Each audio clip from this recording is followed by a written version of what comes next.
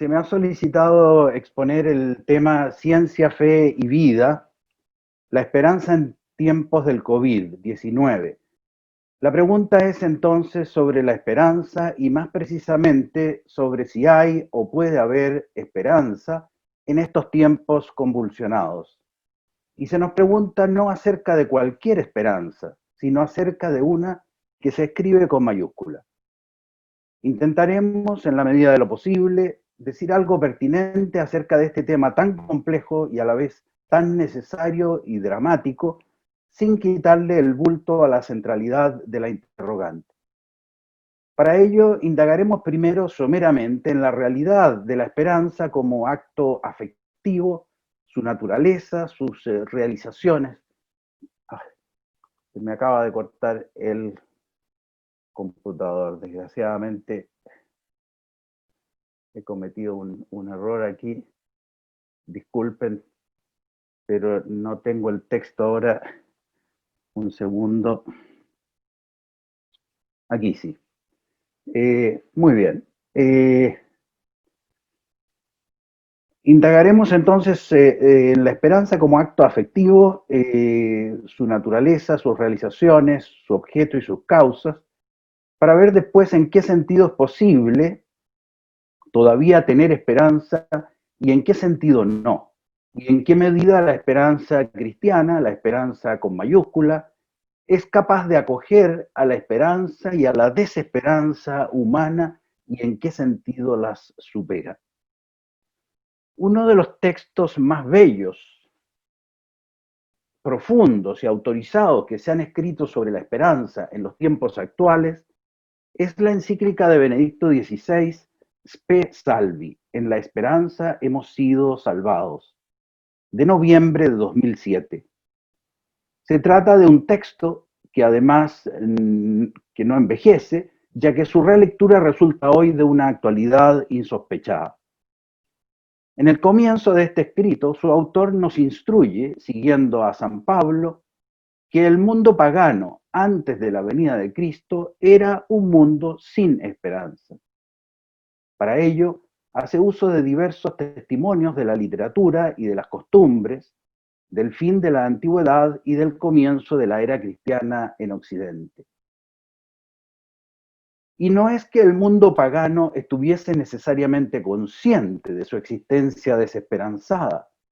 En efecto, se puede estar sumido en un profundo estado de desesperanza sin que se tenga conciencia de estarlo.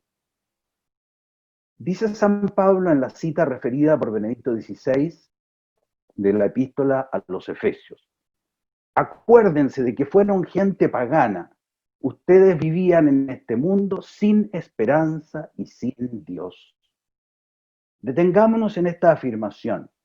Ustedes vivían en este mundo sin esperanza y sin Dios. ¿Cómo entender esa afirmación? ¿Se trata de dos cosas distintas, extrínsecas la una a la otra, o hay entre ellas una relación de causalidad? En la psicología clásica se estudia el acto de esperanza primeramente como una pasión o emoción y por consiguiente común a los animales y al ser humano. En el lenguaje unívoco de hoy, en que tenemos dificultad para percibir el sentido y el valor de las analogías, nos suena extraño oír hablar de esperanza de los animales y por ello preferimos usar expresiones más neutras, pero a la vez menos informativas.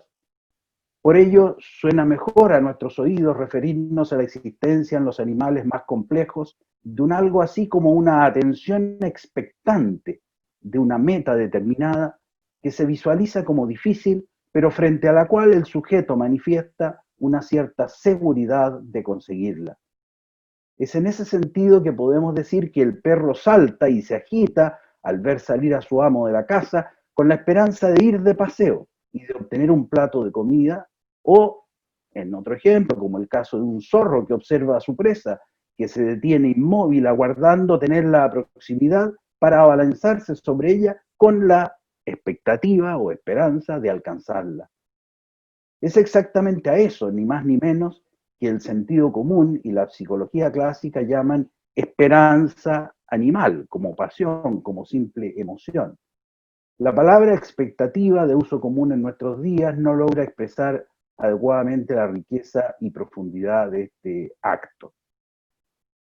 La esperanza propiamente humana, por su parte, que se instala sobre la base de este dinamismo afectivo de orden animal, se refiere a un movimiento, no del afecto sensible, sino de la voluntad. Corresponde fenomenológicamente a lo que se denominan sentimientos o aspiraciones.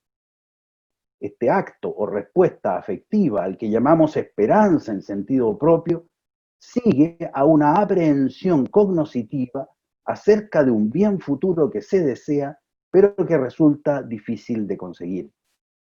Esta dificultad para conseguir lo que se desea es visualizada, sin embargo, como proporcionada y por lo tanto posible de alcanzar. Cuando esta posibilidad es estimada como desproporcionada a las fuerzas del sujeto, surge en el ánimo un sentimiento contrario al que se denomina desesperanza.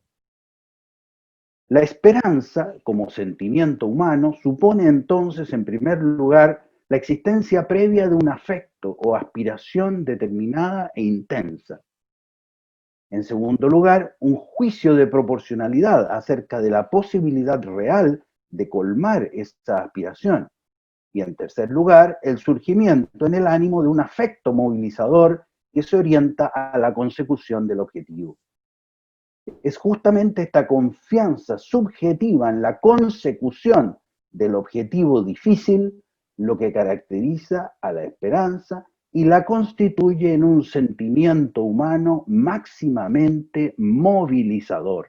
Pertenece por consiguiente la esperanza a un vasto género de sentimientos o aspiraciones que dicen relación con objetivos arduos y que la fenomenología psicológica reúne bajo el nombre genérico de afectos, sentimientos o aspiraciones de resistencia, de lucha y de agresión. Si bien la esperanza como sentimiento o afecto superior se encuentra frecuentemente influenciada por nuestras emociones de base animal, ella radica propiamente en la voluntad como en su sujeto y entra por lo tanto en el ámbito de nuestra libertad. Esperar o no esperar en algo pasa entonces por nuestra libre decisión, la cual puede darse de modo explícito o abierto, esta decisión, o más frecuentemente pasa de una manera menos consciente. Ahora bien, el acto de esperar, como toda decisión libre, puede acertar o fallar, y puede y debe ser juzgado. Ahora bien, el acto entonces esperanzas fundadas y sensatas, y por lo tanto moralmente buenas, y esperanzas vanas o fantasiosas, y por lo tanto reprobables. Es laudable entonces el que alimentemos variadas y sanas esperanzas. Es vituperable tanto la desesperanza sin motivos suficientes, como también el permitir que florezcan en nuestro ánimo vanas y frívolas esperanzas. Que nuestras esperanzas no sean vanas depende de un variado número de factores, algunos de los cuales no podemos dejar de examinar, aunque sea brevemente. En primer lugar, que el objeto o motivo de nuestra esperanza sea algo real y que tenga el valor suficiente como para que valga la pena luchar por él. En segundo lugar, que las razones o causas por las que se juzga que ese bien se puede conseguir sean reales y tengan consistencia objetiva. Examinemos primero lo segundo, esto es, las razones o causas por las que uno juzga que el objetivo es conseguible. Y en este punto uno puede juzgar que es posible alcanzar un objetivo, ya sea fundándose en las propias fuerzas, ya sea porque cuenta también con el auxilio de fuerzas ajenas. En lo que a nosotros atañe en estas consideraciones acerca del futuro arduo que se nos avecina como sociedad, que tiene que ver con metas que se alcanzan de manera colectiva, el saber si contamos los unos con los otros para la consecución del objetivo esperado es un aspecto crucial. Es así que para tener una esperanza fundada en el porvenir de la sociedad es necesario conocer su estructura, su historia y sus potencialidades. Si no es así, nuestras esperanzas acerca del porvenir de la humanidad son meras aspiraciones superficiales y fantasiosas. De más está decir que para poder juzgar si acaso las propias fuerzas estarán a la altura en orden a conseguir los objetivos arduos que nos proponemos, necesitamos conocernos a nosotros mismos. Y no basta lo que hemos dicho anteriormente, el conocimiento ajeno y el propio, sino que también, además, es necesario saber con algún detalle las cosas sobre las cuales es necesario actuar. Sobre la necesidad de la esperanza en la vida personal y colectiva no es necesario abundar ahora. El problema está en definir qué vale y sobre qué no vale la pena esperar.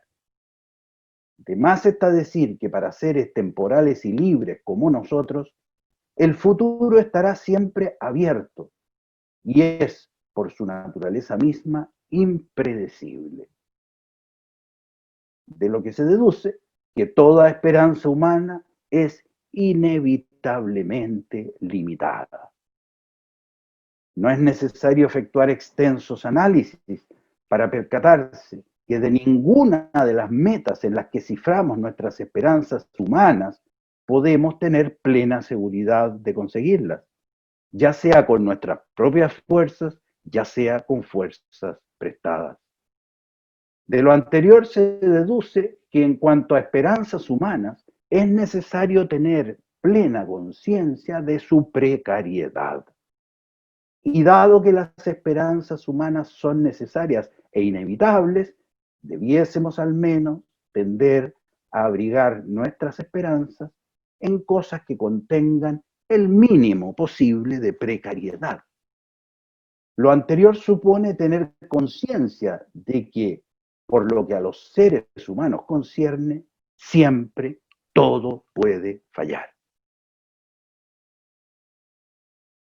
Como los seres humanos somos animales de costumbre, ocurre que tendemos a considerar que muchas de las cosas que ocurren habitualmente tendrían que forzosamente seguir ocurriendo del mismo modo como lo han venido haciendo hasta ahora, sin que tengamos muchas razones para pensar que tenga que seguir necesariamente siendo así. Así, confiamos en los sistemas económicos, en las instituciones, en las constituciones, en las leyes humanas, en los conocimientos científicos y en las realizaciones técnicas, en las tradiciones, en nuestra propia experiencia, en nuestros bienes, en nuestros parientes y amigos, e inclusive en nuestro estado de salud física y mental. No se trata de que dejemos de pensar que muchas de esas cosas son convenientes y hasta inevitables, y que es bueno que existan y que sería bueno que tuvieran bases sólidas y sanas y una cierta estabilidad. Se trata, en realidad, de que tenemos que tener una conciencia más lúcida de que no podemos poner en ellas nuestra esperanza. Y como lo que todo ser humano espera es alcanzar la felicidad, un análisis mínimamente realista tendría que llevarnos a concluir que nuestra felicidad no se encuentra en nuestras manos, más que de una manera precaria y parcial. Y esto, que acabo de decir de modo muy resumido, es ni más ni menos lo que San Pablo les dice a los efesios. Acuérdense de que fueron gente pagana, ustedes vivían en este mundo sin esperanza y sin Dios. Que la vida del ser humano sobre este mundo no da razones para la esperanza es algo de lo que la antigüedad clásica se terminó por convencer, Y así lo testimonia un epitafio lapidario de tiempos romanos que Benedicto XVI nos transmite. In nihil ab nihilo quam cito recidimus. En la nada, de la nada, que pronto recaemos. De la nada en la nada. Con lo cual, de paso, constatamos que el nihilismo no es una invención del siglo XIX. Ya veremos, sin embargo, que el nihilismo postcristiano que florece hoy día tiene dimensiones más dañinas que el nihilismo antiguo. Pero ¿por qué Pablo hace referencia a Dios? Porque Pablo de Tarso es el seguidor de un hombre que decía que era Dios. Y porque ese Jesús de Galilea, del cual él ha sido investido en discípulo, venía a predicar un conocimiento que conlleva una esperanza, pero una esperanza, en este caso, de carácter indefectible. ¿Es que acaso los pueblos anteriores a Cristo no tenían dioses? Los tenían, y los paganos sabían que, al menos en cuanto a los seres humanos, esos dioses no eran plenamente confiables. Que los pueblos paganos tuvieron al menos una conciencia oscura en la existencia de un Dios verdadero, un Dios confiable. Nos lo recuerdan muchos testimonios, y nos lo recuerda el mismo Pablo cuando le dice a los atenienses que él viene a predicarles de ese Dios desconocido al cual ellos mismos han erigido altares. Jesucristo no vino entonces a predicar la existencia de Dios. Eso ya lo conocían los paganos con el uso de su sola razón natural. Jesucristo nos vino a hacer partícipes de un conocimiento especial de parte de Dios. Conocimiento que exige de nosotros una adhesión de fe. Esta es la vida eterna, que te conozcan a ti, Padre, Dios único y verdadero, y a tu enviado Jesucristo. En esa frase de Juan está ya contenido todo. El que cree en el Dios único y verdadero y en su enviado Jesucristo tiene vida eterna y la tiene ya, de modo indefectible, al menos por parte de Dios. La fe de parte de Dios no puede fallar. De la nuestra sí. En la adhesión de fe, como señalan los teólogos, se nos da simultáneamente el objeto a creer y el motivo de creer, a diferencia de lo que se da en la fe humana. Fe que, al igual que la esperanza humana, es también falible. En la fe y por la fe sobrenatural, creemos en Dios, le creemos a Dios y creemos por Dios. Todo esto en un solo y especialísimo acto. Este conocimiento de Dios en virtud de Él mismo nos abre además ipso facto a una esperanza y a un amor. Esperanza que nos confirma en la disponibilidad infalible de los auxilios de Dios. Es esta conciencia la que hace exclamar a Pablo, de un modo que excluye ciertamente todo triunfalismo: si Dios con nosotros, ¿quién contra nosotros? Mientras los valores cristianos impregnaron la cultura de Occidente, con todas las miserias e imperfecciones propias de nuestra condición humana, evidentemente, la esperanza cristiana inspiró, de cerca o de lejos, y de modos conscientes o subconscientes, una multitud admirable de realizaciones políticas, sociales, religiosas, artísticas, literarias, arquitectónicas y culturales en general, de las cuales todavía vivimos.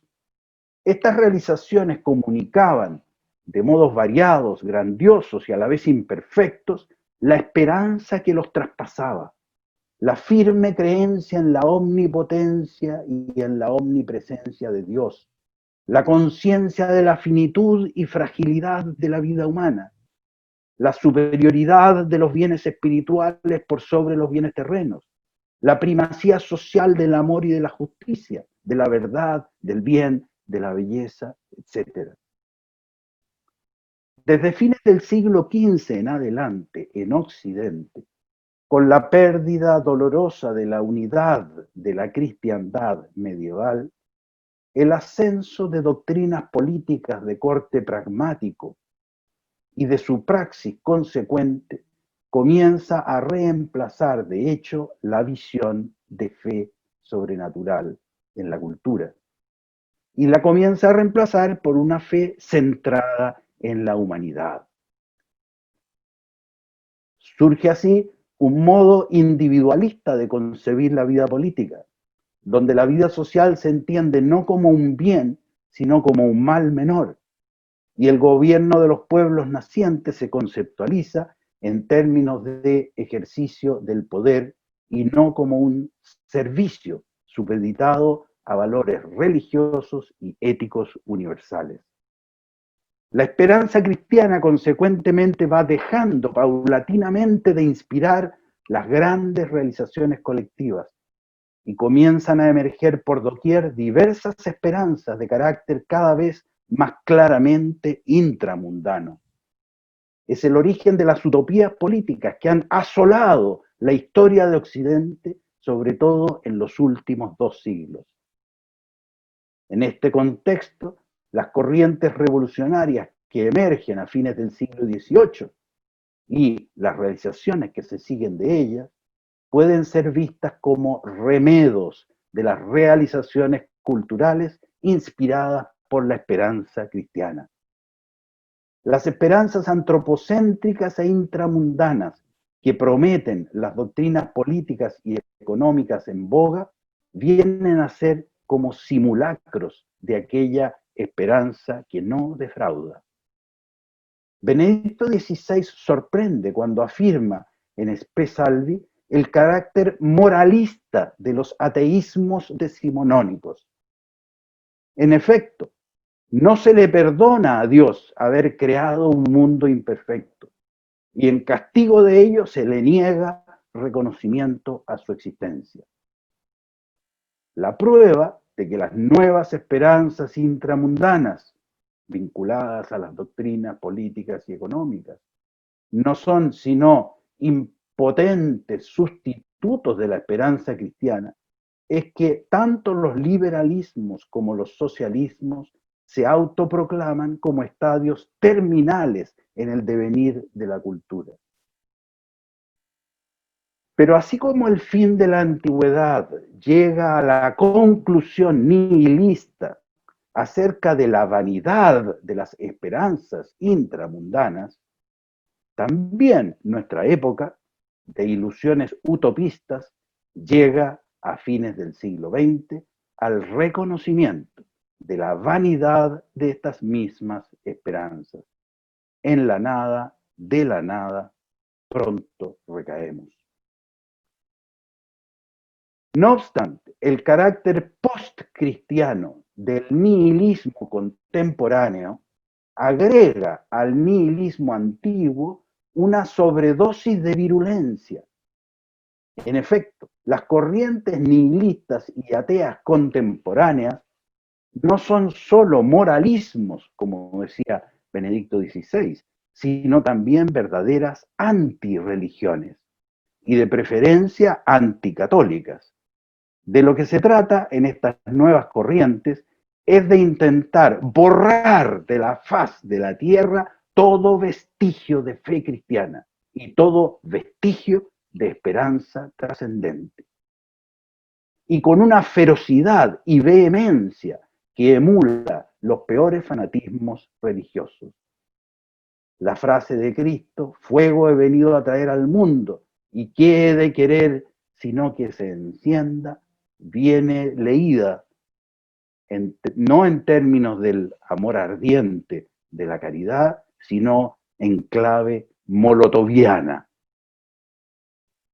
¿Qué debería entonces esperar el cristiano en el periodo de pospandemia?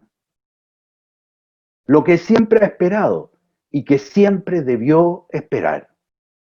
que el amor de Cristo se encienda en los corazones de las gentes, de las personas de la Jerusalén terrestre, a la espera de su realización definitiva en la Jerusalén celestial.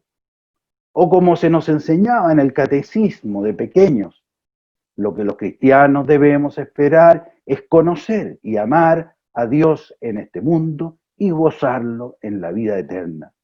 Nuestra esperanza no se encuentra en el descubrimiento de una vacuna, ni en el restablecimiento de un cierto desorden establecido, ni en la instauración de un nuevo orden, quizá todavía peor que el actual. La esperanza cristiana acoge, comprende, penetra y eleva toda realización noble e intramundana, infundiéndola de energía que ellas mismas no tienen por su propia naturaleza. Cualesquiera sean las realizaciones nobles que se propongan, y podrán ser variadísimas, ahí estará siempre dispuesta la esperanza cristiana para confortarla y secundarla.